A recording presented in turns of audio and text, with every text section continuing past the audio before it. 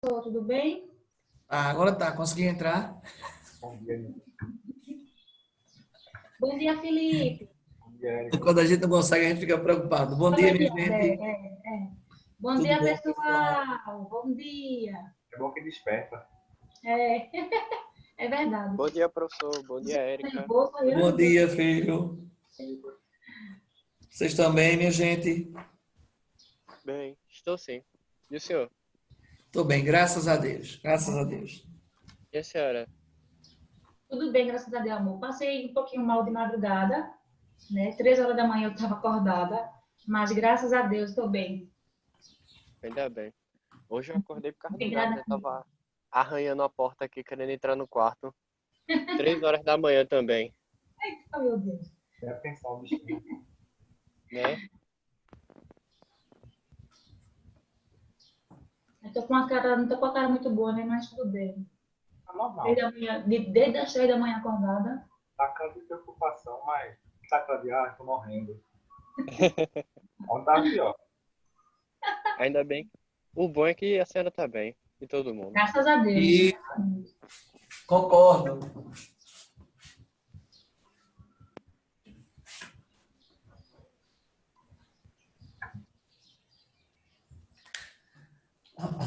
Pessoal, bom dia.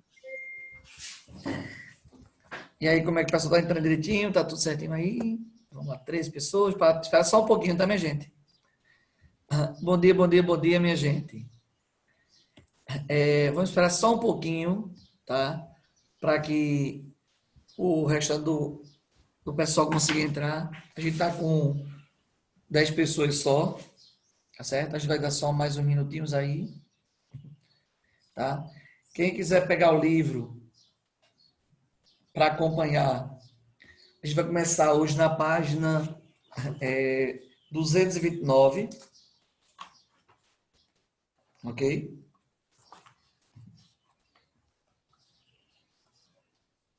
Estaremos hoje na página 229.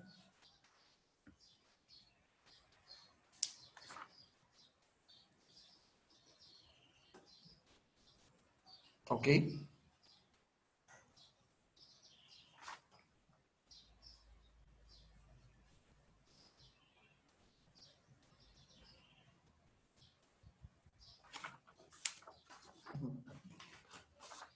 Dos 229, módulo 1, tá?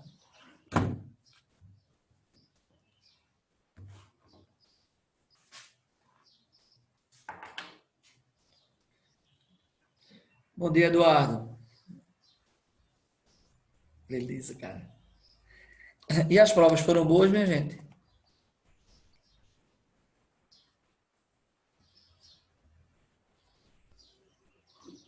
Tranquilo. Que bom que vocês acharam boa. Que bom. Que bom.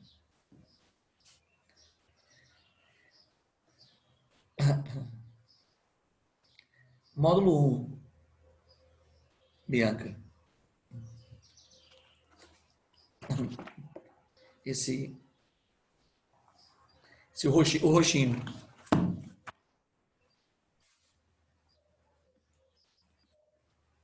Professor, é do livro 2, né?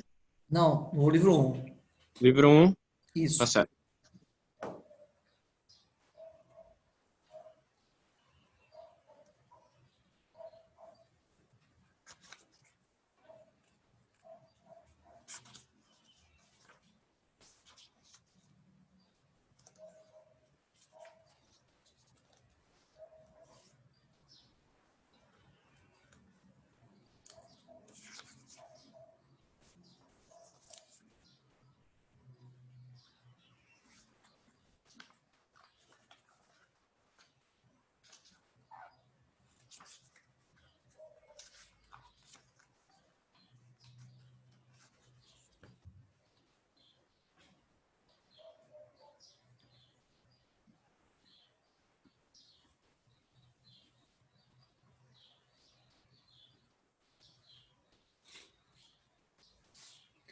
Eu vou fazer assim, pessoal. Eu vou começando, tá? Aí o tempo que o pessoal vai entrando, tá certo? Eu vou fazer uma ponte com o que a gente viu antes, tá certo? Para que a gente possa não só entender o assunto, mas saber onde é que ele está conectado com os assuntos anteriores, ok? Vamos lá.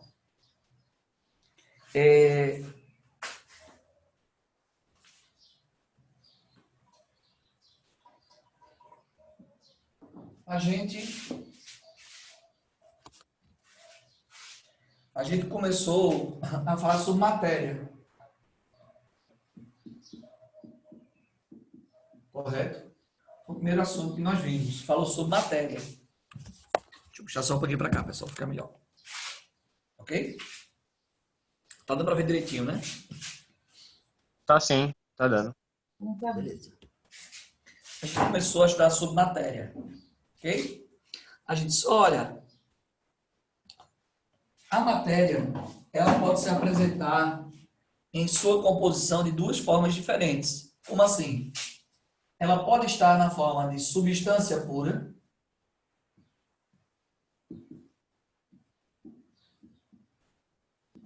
ou ela pode estar na forma de mistura.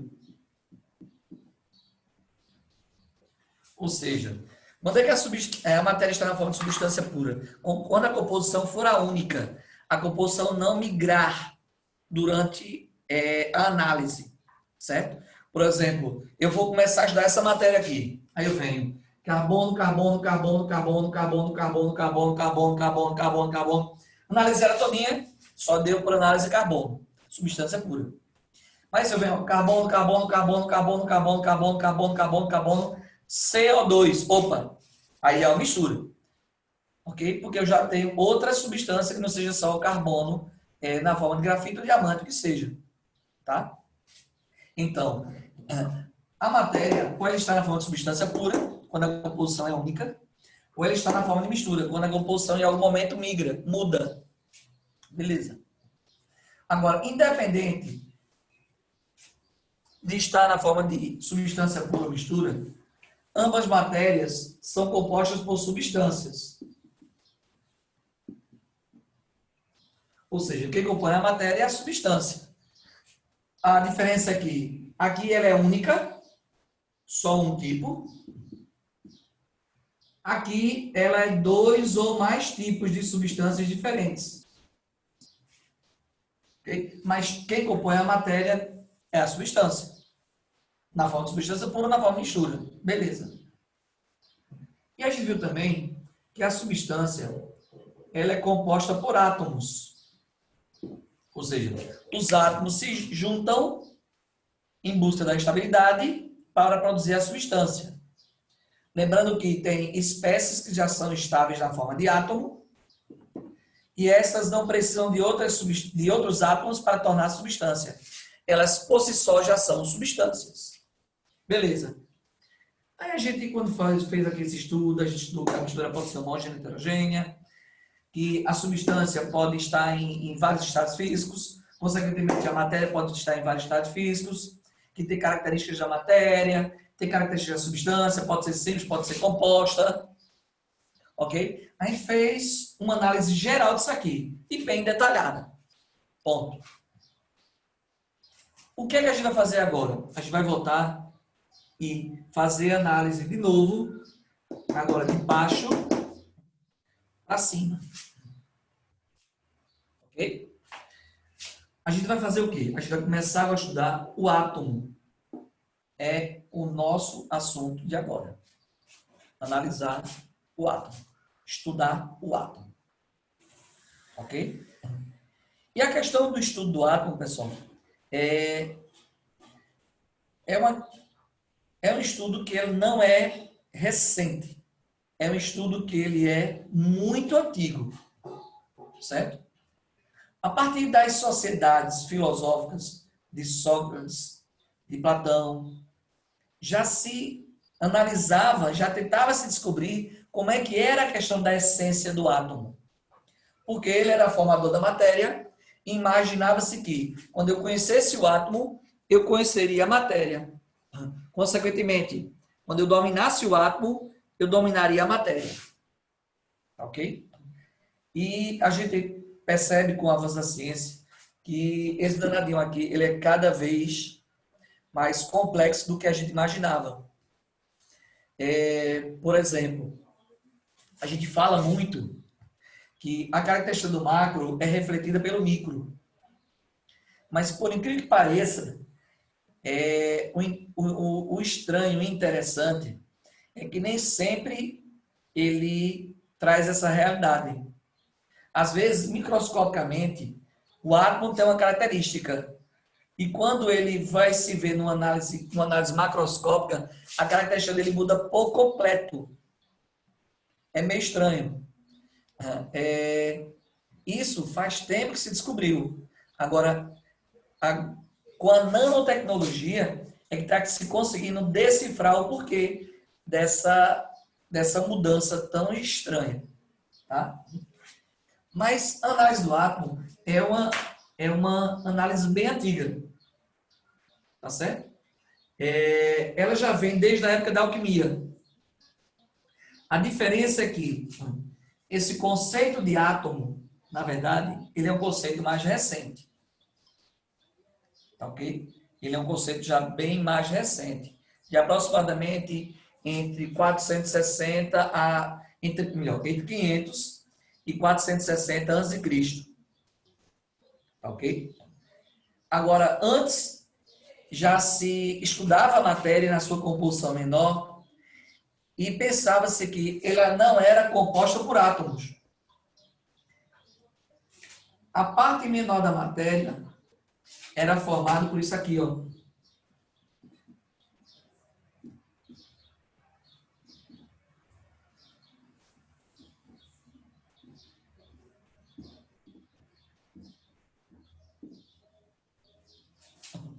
Toda e qualquer matéria não seria composta por átomos. Seria composto por terra, ar, fogo e água. Ok? E o entendimento sobre a composição da matéria dessa forma é o que, digamos assim, de uma forma ou outra, a gente sabendo que é equivocada, foi ela que estimulou o avanço da ciência. Tá? Por quê? Porque pensava-se que tudo era composto por isso aqui. Então, foi em função desse entendimento que os alquimistas propuseram e descobriram também substâncias e misturas que, à época, não se nem sonhava em descobrir, em imaginar até que existia. Tá ok? E são coisas que hoje a gente usa. Tá? E usa assim, em uma quantidade muito grande. Tá? Por exemplo, foi daqui que você conseguiu descobrir o vinho, por exemplo. Foi daqui que você conseguiu descobrir a composição para vinagre, por exemplo. São coisas que você usa muito hoje. E essa teoria aqui, certo? Ela foi defendida por muito tempo. O que é alquimia? Vou falar. A alquimia é a prática, digamos assim, no início, a alquimia era a prática de bruxaria, né? Então, por um bom tempo, os alquimistas eram associados a bruxos. Na verdade, a prática da alquimia é a prática da descoberta, vou tentar definir de uma forma mais simples, é a prática da descoberta de reações no cotidiano. Isso é alquimia. A partir do momento que você pega e faz uma mistura na sua casa, você está fazendo alquimia. A partir do momento que você está fazendo um bolo, você está fazendo alquimia. Por quê? Porque você está provocando uma reação. Tá? Você está produzindo uma reação. Então, quando você em casa vai fazer uma vitamina, você faz, eu estou fazendo alquimia. É uma alquimia, não deixa de ser uma alquimia. Tá? Só que, por um bom tempo, essa alquimia ela foi associada à bruxaria. Tá? E se você for ver a questão de temporal, a gente vai perceber que existe um vazio muito grande na ciência, que é justamente que os historiadores chamam de período negro da humanidade, o período escuro da humanidade, que é justamente o período em que a Inquisição da Igreja Católica ela foi muito forte, certo? e ela reprimia toda e qualquer teoria que não fosse aceita pela religião, pela Igreja Católica. Por exemplo, essa questão de você dizer que o mundo ser redondo. Tá? Houve uma grande rejeição por parte da Igreja Católica. Para que você tivesse ideia, as pessoas que faziam alquimia, as pessoas que produziam essas reações, faziam essas reações, elas faziam sempre em lugares bem escondidos. E isso fazia com que, quando você conseguisse algum tipo de avanço, esse avanço fosse esquecido. Por quê? Porque você não tinha como divulgar. Tá? Agora, os alquimistas, eles conseguiram, de alguma forma, burlar, como se diz, burlar essa pressão da religião. De que forma? Eles começaram a perceber que eles poderiam se agregar a reis, certo? A monarcas, prometendo o quê? Prometendo, em troca desse apoio, desse suporte, prometendo uma coisa chamada vida eterna. Daí, baseado nisso aqui, que se prometia a vida eterna, o que a gente chama de elixir da vida eterna. Ele dizia mais ou menos assim: meu rei, eu fiz uma poção aqui, toma essa poçãozinha que você vai ver a vida toda. Aí o rei fazia o quê? Eu vou tomar. A morte já é certa. Então eu vou tomar. Aí o rei tomava. Mas o que é que ele fazia? Nada. Ele às vezes colocava apenas o que a gente chama de placebo. Ele colocava apenas, vamos supor, água e açúcar. Água, açúcar e sal. Água Ou e corante. Água e corante, Para que é mudar uma de coisa cor. muito fácil de conseguir. Ou seja, era coisa que não prejudicava, tá ok? Não trazia malefício nenhum. E o rei estava lá, tô vivo. Aí eu agradeço a quem? A você, meu alquimista. E aí, nesse momento, o que acontecia? Essa pessoa, ela tinha um subsídio e ela começava a fazer estudos. E é daí que você conseguiu alguns avanços. Então, quando aquele rei, aquele monarca adoecia, aquele alquimista, ele procurava geralmente na natureza. Sim, Regina. Existia essa situação que os escravos, os servos, eles sempre é quem comiam primeiro, para que você conseguisse observar se existia alguma contaminação naquele alimento, pela questão da luta pelo poder. Já o trabalho do alquimista era diferente. Ele tentava prolongar a vida desse rei, com o que ele chamava de elixir da vida eterna. Agora, engraçado como são as coisas, né? A vida evolui e isso aqui ainda a gente acredita. Quer ver? Quem de vocês, meninas, por exemplo, usa creme para a pele? É melhor perguntar quem não usa, né? Até os homens também usam. Eu, por exemplo, às vezes, quando eu tenho uma correria menor, eu passo creme, é lógico. Por quê? Qual o entendimento? Qual a necessidade de você passar um creme na sua pele? Parece mais jovem. É procurar o quê? Alongar a sua vida. É simples. Esse elixir da vida eterna, pessoal, a gente ainda procura. Agora, em outra visão. Porque hoje eu sei que a gente não é composto disso aqui, não. A gente é composto de átomos. Por exemplo, algumas pessoas usam, como o Bianca está dizendo, tem a questão de ácidos. Justo, o ácido é uma substância. E essa substância, o que ela vai fazer? Por ela ter esse caráter ácido, ela vai combater e evitar a proliferação de fungos, de bactérias, de germes que podem provocar essa infecção, que é justamente a espinha. É uma infecção na pele. É uma inflamação na pele. Ok? Tranquilo, minha gente? Então, o que é que eu sei? Eu sei que hoje, quando você chega numa uma casa de manipulação, ali é alquimia pura. Ali é alquimia pura. Por quê? Porque ali é um processo manual, não é um processo industrial. Aí vamos lá. Às vezes o creme é forte. Por quê? Porque às vezes esse creme ele realmente precisa de usar ácidos. Então ele mexe com o pH do corpo. Então qual seria o certo? O certo seria, ao você aplicar algum tipo de creme, você passar um período e não estar exposto ao sol.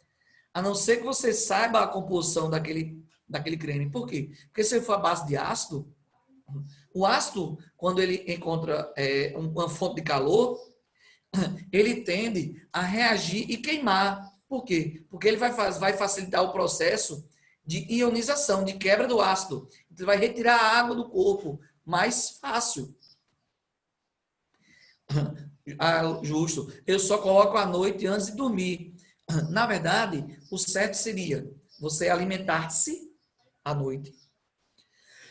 E depois de alimentar, na verdade, o certo seria você toma um banho, certo?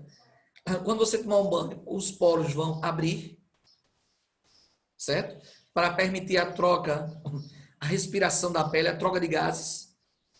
Se alimentar, é lógico, escovar os dentes. E após você colocar, e depois é que você, de um bom tempo, você vai dormir. Por quê? Porque toda vez que você passa algo na sua pele, você tem que acompanhar. Então, esse processo de queima, ele pode ser no momento que você esteja dormindo. Tá? Eu acho que foi Bianca que colocou. Então, esse processo pode ser no momento que você esteja dormindo. E torna-se isso imperceptível. Então, quando você acordar no outro dia, você vai estar com a pele toda, por exemplo, queimada, vermelho. Então, qual é o certo? O certo é você se alimenta, toma banho ou toma banho, alimenta, escova os dentes. Ponto. Passei. Você dá pelo menos uma hora e meia acordada, ou acordado, para depois ir dormir. Por quê? Quando ele começar a agir, se tiver algum processo alérgico nesse processo,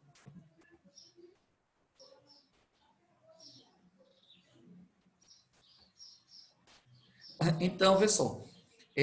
Vamos lá. Então, esse processo alérgico, você pode detectá-lo. Então, é por isso que é bom você fazer e ficar por um tempo acordada ou acordado, tá? Para que você perceba se a ação desse creme está acima do ideal. Por quê? Porque às vezes as pessoas usam e não tem reação. Já outras usam e tem reação. Por quê? Porque são cremes industrializados. Ele é feito para o macro, mas ele pode ter problemas para o micro. Tá? Então, o fato que Regina está dizendo aí, Newton, quando eu aplico, logo no início, eu percebo uma reaçãozinha alérgica, começa a arder. Isso é normal? Não. E pode até ser, desde que seja um ardor que não esteja danificando a sua pele. Porque o ardor é o queimar. Então, qual é o bom? O bom é, antes de você usar algum tipo de creme, você procurar um dermatologista para que ele faça uma análise da sua pele e indique. Por quê? Porque geralmente eles vão fazer o quê? Eles vão fazer uma análise para ver se você tem alergia a algum tipo de ácido. Tá? Então, o certo é isso. Só que a gente chega o quê? Na farmácia, no supermercado, e tem aos montes.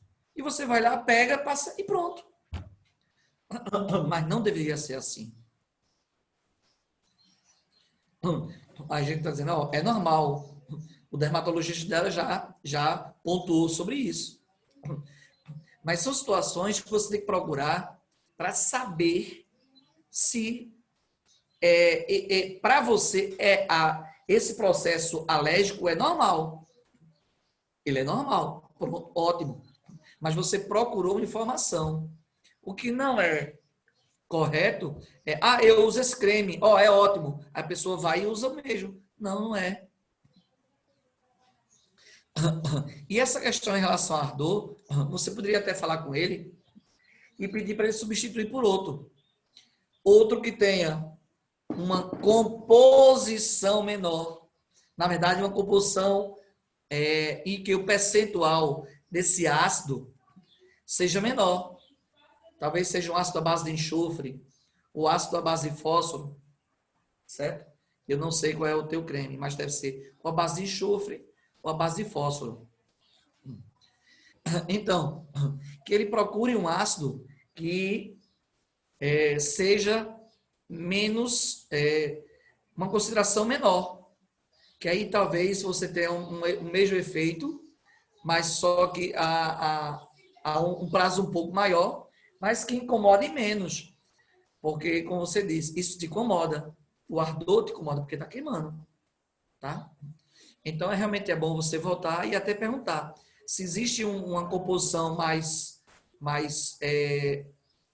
com uma concentração menor, uma composição mais leve, mais sutil. Ou então até a substituição por um outro ácido. Tá? Por outro ácido, que seja mais de um poder, uma força menor. Tá bom? Então, vê só. Então, a análise da composição da matéria foi baseada nisso aqui. Ó. Toda matéria é formada por terra, ar, fogo e água. Em uma composição. Então, a madeira, terra, ar, fogo e água. A água, terra, ar, fogo e água. A pedra, terra, ar, fogo e água. Qual a diferença? O percentual de cada um. O percentual de cada um. E o que é que os alquimistas pensavam? Que o fato de você envelhecer era o fato dessa sua composição aqui, ela modificar. Então, a composição ia modificando com o tempo e você ia envelhecendo. Deu para entender, pessoal? Então, o que é que os alquimistas propunham? Que se eu conseguisse estabilizar a minha composição, eu não envelheceria. Tá tranquilo, pessoal? Tá. Então, em busca disso, é que se propôs o que a gente chamou de elixir da vida eterna. E, além disso, os alquimistas propunham aos reis e aos monarcas a conseguir produzir um metal nobre, chamado ouro. O que é que os alquimistas propunham? Olha, além da vida eterna, eu estou em busca de o que a gente chama de pedra filosofal, ou pedra fundamental, que essa pedra, ao tocar todo e qualquer metal, transformaria esse metal em ouro. Por quê? Porque, pessoal, ele dizia, olha, eu vou mexer na combinação desse metal. E esse metal tornar-se a ouro. Então, ele tinha essas duas promessas e era isso que fazia com que a alquimia, em alguns lugares, fossem aceitos. Aquelas pessoas que não tinham esse apoio dos reis, dos monarcas, faziam alquimia de fundo de quintal. E a maioria das descobertas científicas foram feitas lá. E imagine aquilo que se perdeu. Imagine o tempo que se perdeu por isso. Tá? É por isso que diz que logo depois desse período veio o iluminismo. Lembra disso de história? Lembra, pessoal? Sim. Que é o período do quê? Por que recebeu esse nome? Porque é o período das luzes, da claridade, ou seja, a ciência, ela realmente assumiu seu espaço no mundo. Passou a existir o espaço da religião e o espaço da ciência. Antes, esse espaço da ciência, ele era apagado pela religião. Eu sou católico. Tá? Apenas a gente estava falando o quê? De fatos científicos e históricos, tá, pessoal? Ok? Então, vamos lá. Então, até mais ou menos 500 a 460 anos de Cristo, a leitura da matéria era essa aqui. Toda a matéria era composta por isso aqui. Certo? Apenas com o advento da descoberta de Demócrito e Leucipo, foi que se propôs que o átomo ele era formado, ou perdoe, que a matéria era formada por átomos. Ou seja, qual foi a ideia deles? A ideia deles foi mais ou menos assim: olha, eu vou conseguir quebrar a matéria, quebrar a matéria, quebrar a matéria, quebrar a matéria, até chegar num ponto que eu tornarei ela de uma forma elementar, de uma forma menor. Essa forma menor, ela não mais será divisível, ela será indivisível. É daí que eu terei o átomo. E a própria definição do nome átomo significa não divisível. Aquilo que eu não posso dividir. Ou seja, apenas em 500 antes de Cristo, a 460 antes de Cristo, que foi nesse período de 40 anos, é que se começou em escolas diferentes, certo? Escolas filosóficas diferentes, a determinar que a matéria tinha uma composição menor, chamada átomo. Que a matéria não era composta de terra, ar, fogo e água, não. Era composta por átomos. E esses átomos, eles eram indivisíveis. Até aqui, alguma dúvida, pessoal? Não, tá de boa. Beleza. Agora, vê só. Aproximadamente em início de 1800, foi que o primeiro modelo de átomo surgiu. Ou seja, veio intervalo sem nenhum avanço para o átomo, de 500 antes de Cristo até aproximadamente 1800 depois de Cristo. Aproximadamente o quê? Aproximadamente. 2.300 anos. É. 2.300 anos sem avanço nenhum. Por conta do quê? Por conta do quê? Do período da Inquisição. Período da igreja. Deu para entender, minha gente? Então, Deu. a Inquisição, ela fez com que a ciência, ela travasse. Por quê? Porque eu propunha alguma coisa. Peraí. Onde é que você encaixa isso na teoria divina? Não tem. Fogueira.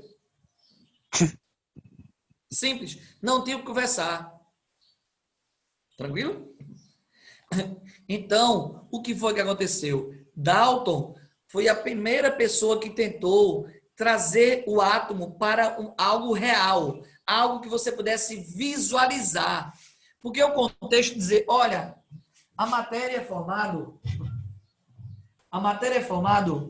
por uma partícula menor. Que partícula menor é essa? Que eu não consigo visualizar. Aí Dalton fez, essa partícula é assim, ó. Isso aqui é um átomo.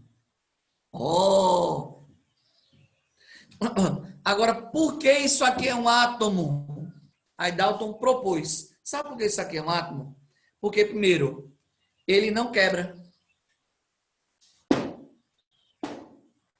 Ele é indestrutível. Outra coisa, ele é eletricamente neutro. Foi aí o jogo dele. Isso aqui é eletricamente neutro. Por que eletricamente neutro? Porque, pessoal, a questão de eletricidade, a luz, a eletricidade, ela tem uma natureza divina. Quem dá a luz, quem tira a luz é Deus. Então, o átomo, ele não é carregado de cargas. Porque a física já começava a dizer que a matéria possuía cargas. Aí Dalton fez, meu átomo não. Meu átomo é eletricamente neutro. Não tem carga não, viu? A carga é de Deus. Quem dá a luz é Deus, quem dá os raios é Deus. Beleza? Eu tô fora, viu? Ele é indivisível, ele é indestrutível, ele é maciço. Maciço. Ele é compacto. Por que ele é maciço e compacto? Para justificar as propriedades da matéria. Por exemplo, a dureza, a impenetrabilidade, características da matéria, já se tinha antes dele. E outra coisa, Ele é esférico. Por que ele é esférico, Dalton?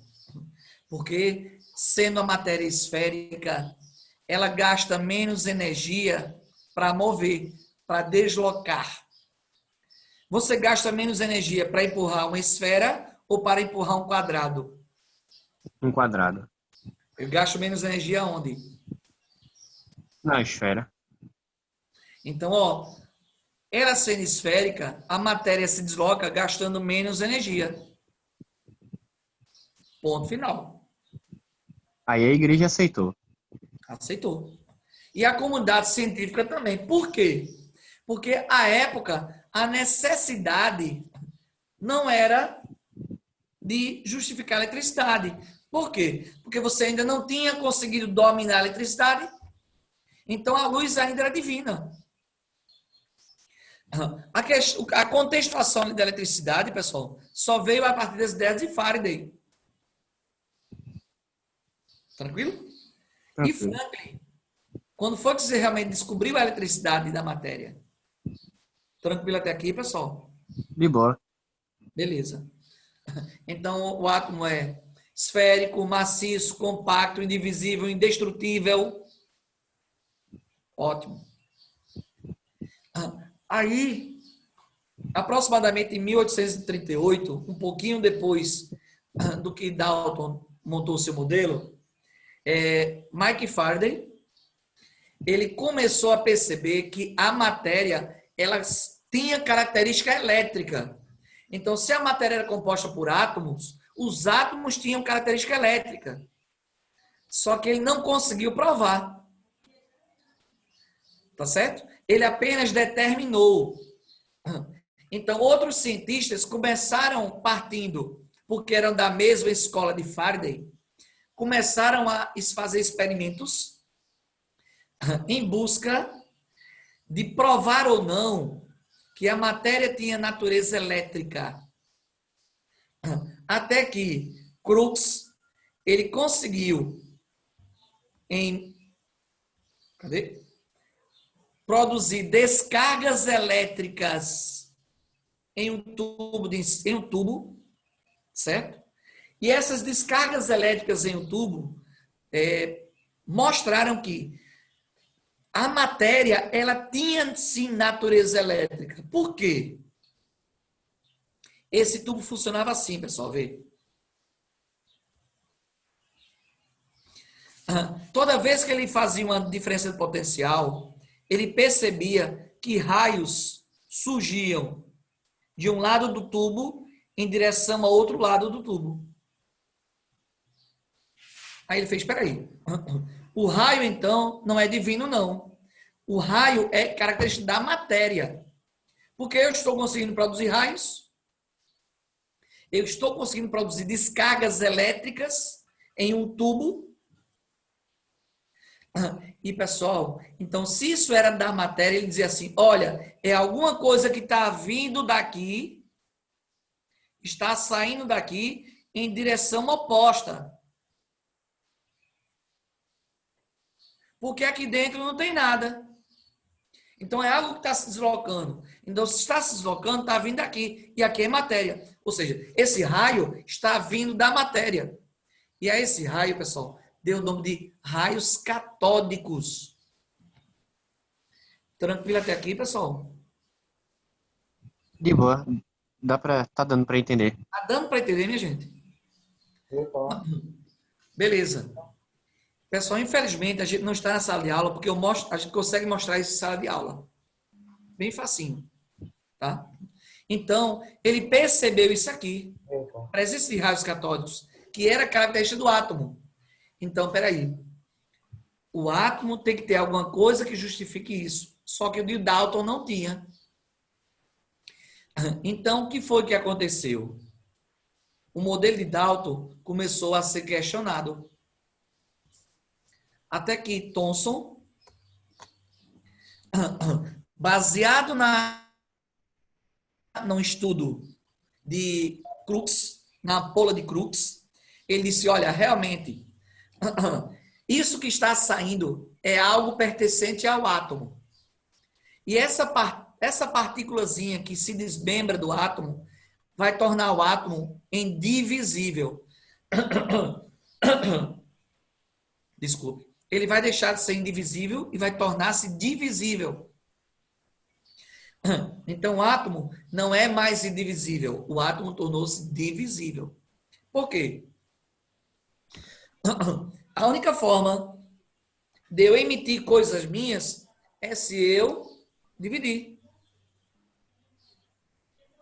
Se eu não dividir, eu não consigo emitir. Então, o átomo de Thomson tornou-se um átomo divisível em função das descargas elétricas propostas por Crookes. Ok? E Thomson disse mais o quê?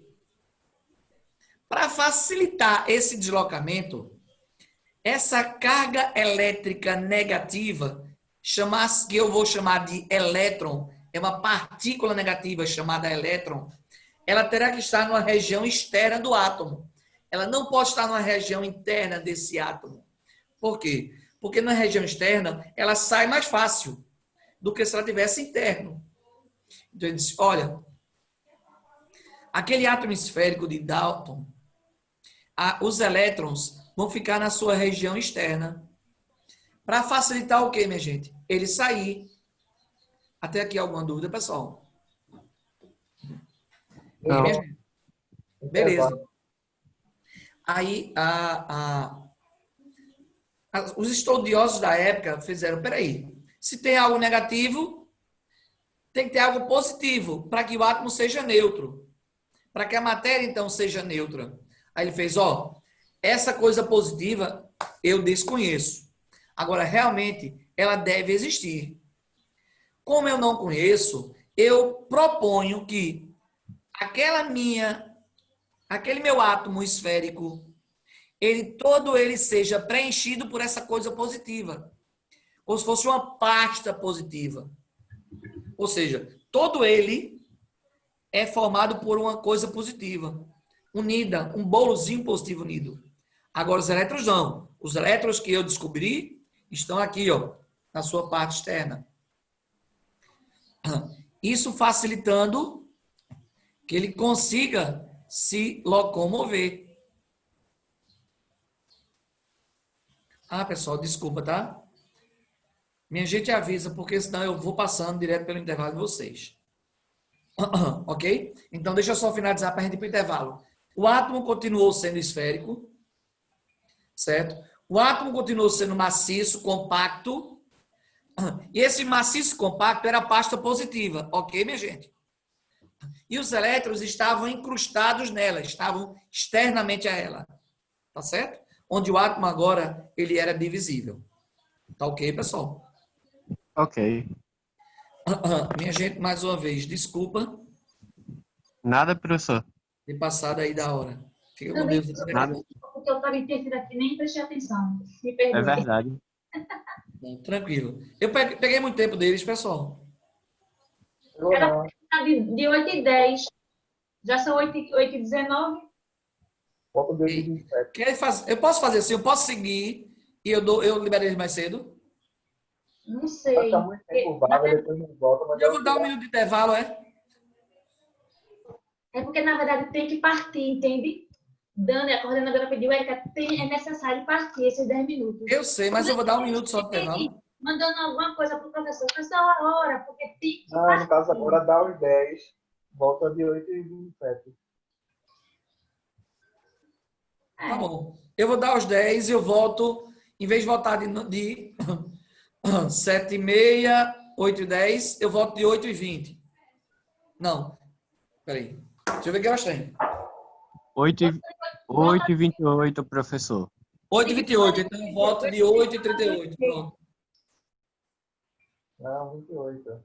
Não, 8h28. O seu volta de Pronto. 8h28. Então 8h18 eu volto 8h28. Obrigado. Nossa. Até daqui a pouco. Tchau.